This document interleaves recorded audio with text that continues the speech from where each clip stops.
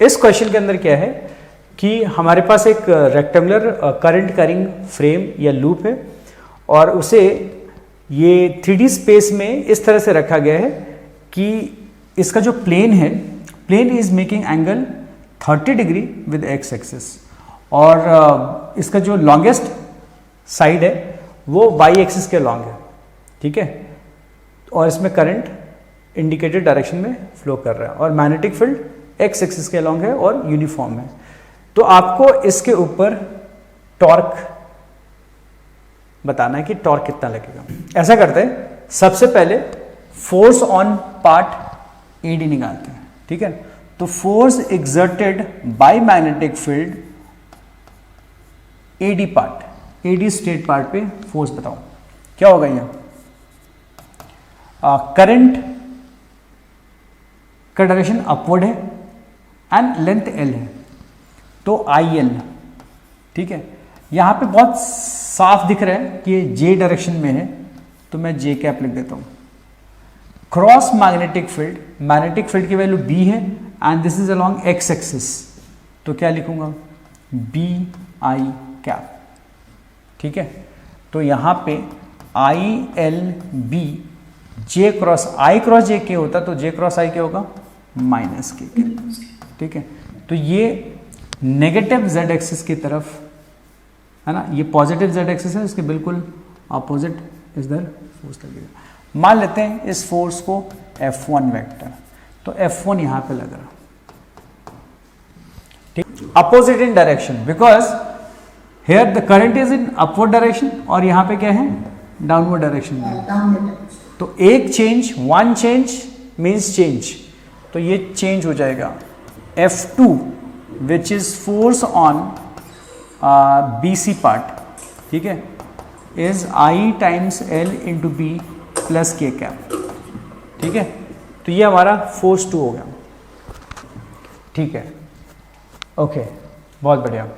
तो क्या F1 force इस एक्सिस के अबाउट टॉर्क लगाएगा, तो ये अल्टीमेटली टॉर्क में कन्वर्ट नहीं होगा, ठीक है, क्योंकि ये जो फोर्स है उसी एक्सिस पे है जिसके अबाउट से रोटेट कराना है, ठीक है।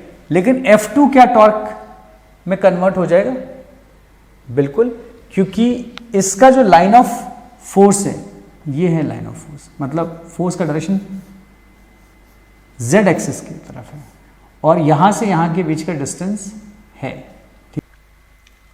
अब फोर्स 3 जिसको मैं बोल रहा हूं force on A B part, force on A B part ये थोड़ा मुश्किल पार्ट है ना। बताओ बच्चों कैसे लिख सकते हैं। तो देखा जाए तो यहां मैग्नेटिक फील्ड और करंट कैरिंग, ये देखो ये बड़े आसानी से आप यहां पे समझ सकते हो। यहां पे करंट का डायरेक्शन ये है, यहां पे करंट का डायरेक्शन अपोजिट है। आप इसको इसके साथ कंपेयर कर सकते हो, बस डायरेक्शन चेंज कर दो, है ना। ये चीज यहां ले आओ तो ये डायरेक्शन ऐसे हो जाएगा इसके लिए, और ये मैग्नेटिक फील्ड के साथ कितना एंगल बना रहा है 30 डिग्री गिवन है ना, एक्स एक्सिस के साथ 30 डिग्री एंगल है, तो और एक्स एक्सिस में ही हमारा मैग्नेटिक फील्ड है। तो इसका मतलब क्या हुआ, इस करंट कैरिंग वायर का जो डायरेक्शन है और जो मैग्नेटिक फील्ड का डायरेक्शन है उसके बीच में एंगल 30 डिग्री या जो भी थीटा गिवन है वो है। तो मैं यहां लिख सकता हूं करंट इंटू बी यानी length into magnetic field into sine theta, ठीक है। अब यहां पे जो फोर्स का डायरेक्शन होगा वो वायर के भी परपेंडिकुलर होना चाहिए और मैग्नेटिक फील्ड के भी परपेंडिकुलर होना चाहिए। तो मैग्नेटिक फील्ड तो एक्स एक्सिस में है, तो वाई एक्सिस में ड्रॉ किया हुआ कोई भी लाइन मैग्नेटिक फील्ड की क्या होगा परपेंडिकुलर होगा।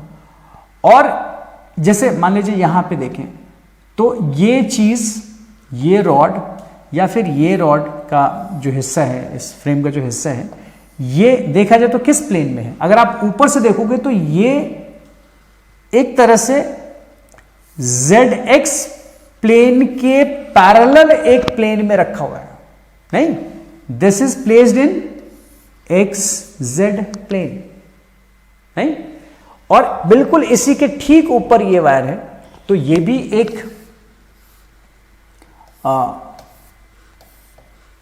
उसी तरह का एक्स जेड प्लेन में रखा हुआ है। तो एक्स जेड के अंदर ही हमारा वायर है और एक्स जेड प्लेन में ही हमारा क्या है, मैग्नेटिक फील्ड है। तो मैग्नेटिक फील्ड एक्स एक्सिस के अलॉन्ग जा रहा है, और ये क्या है, ये जो प्लेन है मेरा, ये जेड एक्सिस और ये एक्स एक्सिस, तो जेड एक्स प्लेन हो गया, और इसी में ये हमारा क्या पड़ा है, ये वायर, ठीक है, और इसी में है मैग्नेटिक फील्ड इस डायरेक्शन में। तो इसका परपेंडिकुलर डायरेक्शन क्या होगा, ऊपर या फिर नीचे, यानी कि इस रॉड के ऊपर जो फोर्स होगा या तो ऊपर होगा या नीचे होगा, वो हम कैसे डिसाइड करेंगे। तो करंट का डायरेक्शन इनटू मैग्नेटिक फील्ड का डायरेक्शन, ऊपर से देख के लग रहा है कि ये एंटी क्लॉकवाइज डायरेक्शन का सेंस बना रहा है। इसका मतलब जो देखने वाला है, जो व्यूअर है, अगर उसके हिसाब से एंटी क्लॉकवाइज है तो इसकी आंख की तरफ ही जाएगी, यानी कि फोर्स का डायरेक्शन ये रहा, ये थर्ड फोर्स, ठीक है। तो third force I B B sine theta will be in upward direction and centre of mass से पास करेगा, ठीक है जी। इसी तरह से F4 which is force on CD, force on CD, तो फोर्स ऑन CD कैसे निकालोगे बच्चों बताओ। ये तो हो गया हमारा J डायरेक्शन में ना, फोर्स ऑन CD कैसे निकालेंगे, तो CD का फोर्स बिल्कुल इसी की तरह इतना ही होगा, बट क्योंकि करंट का डायरेक्शन चेंज हो गया तो फोर्स का डायरेक्शन भी चेंज हो जाएगा। तो I B B sine theta minus J cap, ठीक है, ओके। तो अगर यहां पे मेरे पास टोटल 4 हिस्से थे इस फ्रेम के, तो चारों हिस्सों पे हमने क्या करा, फोर्स निकाल लिया, ठीक है। और इसमें ये एक बहुत सिंपल रीजन की वजह से समझ आ रहा है कि इसका टॉर्क 0 होगा, ठीक है। अब जो मैं बताने जा रहा हूं उसको ध्यान से समझना। आप कई बार ये भी कंक्लूड कर सकते हो, अगर अकेला एक फोर्स की वजह से कंक्लूड नहीं कर पा रहे हो तो आप पेयर ऑफ फोर्सेस की वजह से भी टॉर्क 0 होगा कि नहीं होगा ये कंक्लूड कर सकते हो। जैसे यहां पे हो रहा है कि ये फोर्स एकदम ऊपर लग रहा है और ये फोर्स बिल्कुल इस प्लेन के नीचे की तरफ लग रहा है, ठीक है।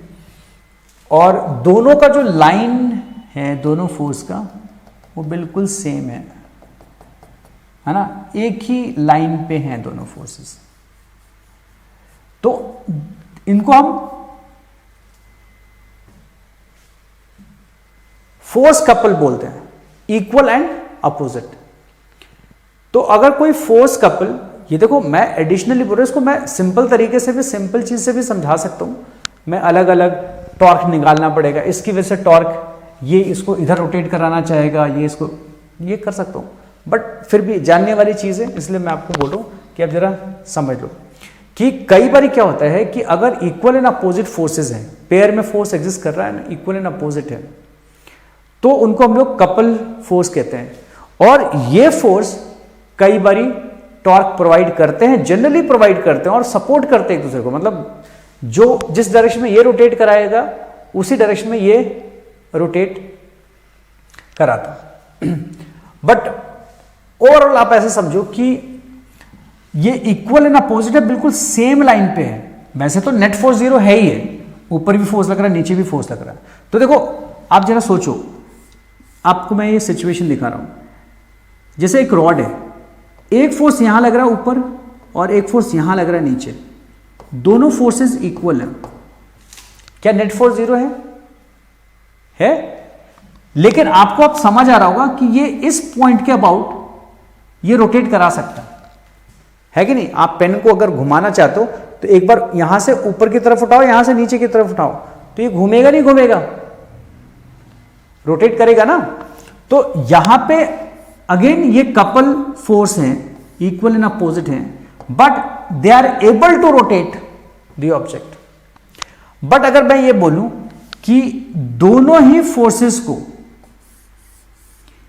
एक ही लाइन पे हो, जैसे मान लीजिए दोनों फोर्स एज पे लगा दो, ऊपर F और नीचे भी F, और ये एक्सिस ऑफ रोटेशन या इसको एक्सिस ऑफ रोटेशन मानो, तो क्या ये रोटेट करा पाएगा?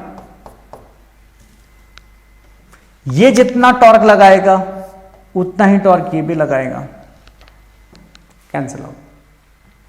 दोनों सिचुएशन में force equal and opposite direction में है, बट जस्ट बिकॉज कि इसका जो लाइन ऑफ फोर्स है और इसका जो लाइन ऑफ फोर्स है बिल्कुल कॉमन है, कॉमन लाइन ऑफ फोर्स है, अगर कपल फोर्स जा रहे हैं तो अल्टीमेटली कोई टॉर्क प्रोवाइड नहीं करेगा। तो इस रीजन से आप ये कह सकते हो कि ये फोर्स और ये फोर्स सेम लाइन पे, कॉमन लाइन ऑफ फोर्स है इनका, तो इसलिए ये टॉर्क प्रोवाइड नहीं करेंगे। ठीक है, तो सिर्फ हमारे पास एक फोर्स रह गया, तो इनकी वजह से, इन दोनों फोर्सेस की वजह से टॉर्क हमारा 0 हो जाएगा। ठीक है, बचा क्या? F2 force. सिर्फ ये फोर्स है जो हमें टॉर्क दे सकता है। ठीक है, अब इसको जरा देखते हैं। इसके लिए मैं एक वही यहां से देखूंगा, मैं इसको अलोंग y एक्सिस। ठीक है, अलोंग y एक्सिस को व्यू करूंगा, तो बताओ क्या नजर आएगा मुझे? क्या BC की लेंथ नजर आएगी, या BC ऐसे देखूंगा तो सिर्फ एक टिप नजर आएगा? क्या नजर आएगा बताओ? अगर आप इसको, ये ऐसे है, आप यहां से देख रहे हो, तो आपके व्यू में क्या है? ऐसा दिखेगा, ये सिर्फ टिप दिखेगा। तो मैं अगर अलोंग y एक्सिस देखूं तो मुझे BC ये दिखाई देगा, इसका क्रॉस सेक्शन एरिया दिखाई देगा बस। ठीक है, यही मेरा BC है, B और नीचे है C। ठीक है, और इस पे फोर्स मुझे किधर नजर आएगा बताओ? अच्छा, इसमें Z एक्सिस किस तरफ नजर आएगा? अगर मैं ऊपर से देख रहा हूं तो यही मेरा क्या है? Y axis. तो ये मान लेते हैं X एक्सिस है, तो ये हमारा क्या होगा? Z axis. तो this is Y axis, this is X axis and this is Z axis, और ये हमारा Y है, ऐसे है। तो ये जो BC है वो एक्चुअली X और Z एक्सिस के बीच में कहीं पे है, मतलब एक ऐसी चीज जो X एक्सिस के साथ 30 डिग्री का एंगल बना रहा है, उसी का ये पॉइंट यहां पे है। बेसिकली ये जो चीज, ये इसको मैं ले लेता हूं, ये AD पॉइंट, ये AD है ना, Z एक्सिस Y एक्सिस के अलोंग, और ये है ये BC। ठीक है, इसको ले लेता हूं BC। ठीक है, इस पे जो फोर्स लग रहा है किधर लग रहा है बच्चों बताओ? इस पे फोर्स किधर लग रहा है? इस वाले पार्ट पे, BC पार्ट पे जो फोर्स लग रहा है वो Z एक्सिस के लॉन्ग लग रहा है ना। तो मैं यहाँ पे Z एक्सिस क्योंकि इस तरफ है, तो मैं इसमें फोर्स इस तरफ दिखा सकता हूँ। तो ये मेरा फोर्स, और इसकी वैल्यू कितनी हो गई? IB F2 is ILP। ठीक है, तो ये हमारा फोर्स ILP हो गया। ठीक है, ये लेंथ कितनी है बच्चों? मतलब यहां से लेकर यहां तक का लेंथ क्या है? B। तो दिस इज B। अब लाइन ऑफ फोर्स क्या है? This is line of force and this is axis of rotation. इन दोनों का यहां से हम लाइन ऑफ फोर्स पे परपेंडिकुलर ड्रॉ करेंगे, तो ये लेंथ निकल के आ रही है, ये चीज। ठीक है, तो अगर ये B है, ये थीटा है, तो ये क्या हो जाएगा? B cos 30 degree. ठीक है, तो इस फोर्स की वजह से विच इज F2, तो F2 की वजह से टॉर्क क्या होगा? तो torque due to force F2 is force ILB into perpendicular distance is B cos of 30 degree which is, अभी मैं जनरलाइज कर देता हूँ, थीटा ले लेता हूँ। अब आप ये सोच रहे होगे सर ये ILB cos थीटा आ रहा है, हमें तो ILB sin थीटा चाहिए। ठीक है, लेकिन बच्चों यहाँ पे जो थीटा है ना, this is not between the magnetic moment vector and magnetic field vector. This is the angle between plane of the loop and magnetic field vector. Magnetic moment और मैग्नेटिक फील्ड के बीच का एंगल नहीं है, ठीक है। आप इसे ऐसे समझिए इसी डायग्राम में। चलो थोड़ा सा मैं आपको एक किसी चीज की हेल्प से बताता हूँ, ठीक है। ये मान लीजिए ये मेरा रेक्टेंगुलर ब्लैक में कुछ नजर आ रहा है, नहीं आ रहा है? कोई बुक ही लेना पड़ेगा। देखो ये हमारा A B C D, ये ना A B C D। अब ये है x एक्सिस, ये एज, या मैं इस पे ड्रॉ कर देता हूं, ये है हमारा x एक्सिस। तो ना तो ये x एक्सिस के अलोंग है और ना ही ये जो डायरेक्शन है, ये डायरेक्शन है, ये z एक्सिस है और ये x एक्सिस है।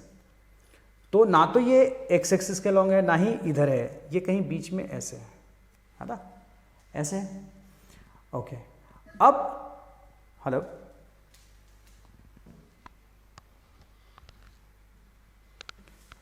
तो बच्चों अब देखो ये मैं एक्सिस के लिए यूज कर लेता हूं इस पेन को। ये है x और ये है z और ये बीच में है हमारा ऐसे वायर। तो बच्चों एक बात बताओ पहले कि अगर ये मेरा लूप है तो मैग्नेटिक मोमेंट क्या होगा, या तो ऐसे होगा या फिर ऐसे होगा। मैग्नेटिक मोमेंट मैंने क्या बताया था कि एरिया वेक्टर के अलोंग होता है, और एरिया वेक्टर हमेशा, जैसे ये सामने एरिया है ना, ये पूरा एरिया दिख रहा है फ्लैट पोर्शन, तो मैग्नेटिक फील्ड, इसका जो मैग्नेटिक मोमेंट होगा या इसका एरिया वेक्टर होगा वो या तो ऐसे होगा या फिर ऐसे होगा, ठीक है। अब इन दोनों का कंफ्यूजन कौन दूर करता है? Sense of current. अगर सेंस ऑफ करंट क्लॉकवाइज है तो मैग्नेटिक मोमेंट जो होगा इसका अंदर की तरफ होगा, अगर एंटी क्लॉकवाइज है तो बाहर की तरफ। यानी कि area vector is always perpendicular to the plane of the loop. तो यहां पे जो प्लेन ऑफ द लूप है, यहां जो प्लेन ऑफ द लूप है वो ऐसे है ना, अगर मैं ऊपर से देख रहा हूं तो ये ऐसे है, तो एरिया वेक्टर इसका या तो इधर होगा, मैं थोड़ा सा इसको फ्लैट कर देता हूं, तो इसका एरिया वेक्टर या तो इधर होगा, यानी कि मैग्नेटिक मोमेंट या तो इस तरफ होगा या फिर इस तरफ होगा। अब ये बताओ कि इसमें सेंस ऑफ करंट कैसा है? अगर आप इस तरफ से देखते हो तो क्या है, या इस तरफ से देखते हो तो क्या है? इस तरफ से ये क्लॉकवाइज है। क्लॉकवाइज का मतलब क्या होगा? अंदर, यानी कि ये क्लॉकवाइज करंट फ्लो कर रहा है इसके अंदर, तो मैग्नेटिक मोमेंट का डायरेक्शन अंदर की तरफ। इसके हिसाब से अंदर क्या होगा? ये, यानी कि इस तरफ। तो इसमें मैग्नेटिक मोमेंट का जो डायरेक्शन है वो इस डायरेक्शन में, ये है मैग्नेटिक मोमेंट, या फिर एरिया वेक्टर का डायरेक्शन, ठीक है। तो और ये है मैग्नेटिक फील्ड का डायरेक्शन। तो अगर ये एंगल थीटा है, if this angle is theta, जरा ध्यान से सुनना बच्चों, ठीक है। ये है हमारा 90 डिग्री मैग्नेटिक मोमेंट का डायरेक्शन और ये मैग्नेटिक फील्ड का डायरेक्शन, और ये वाला एंगल थीटा गिवन है। तो ये थीटा है, ये 90 है, तो कितना हो गया? 90 माइनस थीटा। तो ये भी कितना हो गया? 90 माइनस थीटा। तो बेसिकली यहां इस सिचुएशन में angle between magnetic moment and magnetic field के बीच का जो एंगल है वो 90 माइनस थीटा है, जिसको आप फाई भी लिख सकते हो, लेट्स से फाई। तो मैं कॉस को लिख सकता हूं क्या? Sine of 90 minus theta, which is angle between magnetic moment and magnetic field, है ना। तो ILB साइन फाई लिख देता हूं, और where phi is angle between magnetic field and magnetic moment, ठीक है। तो बात तो वही है ना, साइन थीटा लिखो चाहे साइन फाई लिखो, हमें ये ध्यान रखना होता है कि जो एंगल है वो इनके बीच का होना चाहिए, ठीक है, और साइन के साथ होना चाहिए, बिल्कुल है यहाँ पे। तो अब अगेन I तो ठीक है, B into L, length into breadth, है ना, ये क्या होगा? Area into magnetic field into sine phi, ठीक है। IA is magnetic moment vector का magnitude, B is magnetic field vector का मैग्नीट्यूड साइन फाई, ठीक है। ये किसका मैग्नीट्यूड है देखा जाए तो ये म्यू क्रॉस B का मैग्नीट्यूड है ना, जिसको आप टॉर्क कह रहे हो, है ना। तो टॉर्क का मैग्नीट्यूड निकाला। अब टॉर्क का मॉडुलस हटा दें तो टॉर्क वेक्टर बन जाएगा, और इसका मॉडुलस हटा दें तो ये भी वेक्टर के फॉर्म में सिर्फ नजर आएगा। तो यहाँ से ये प्रूव हो गया कि torque equal to mu cross B होता है ना।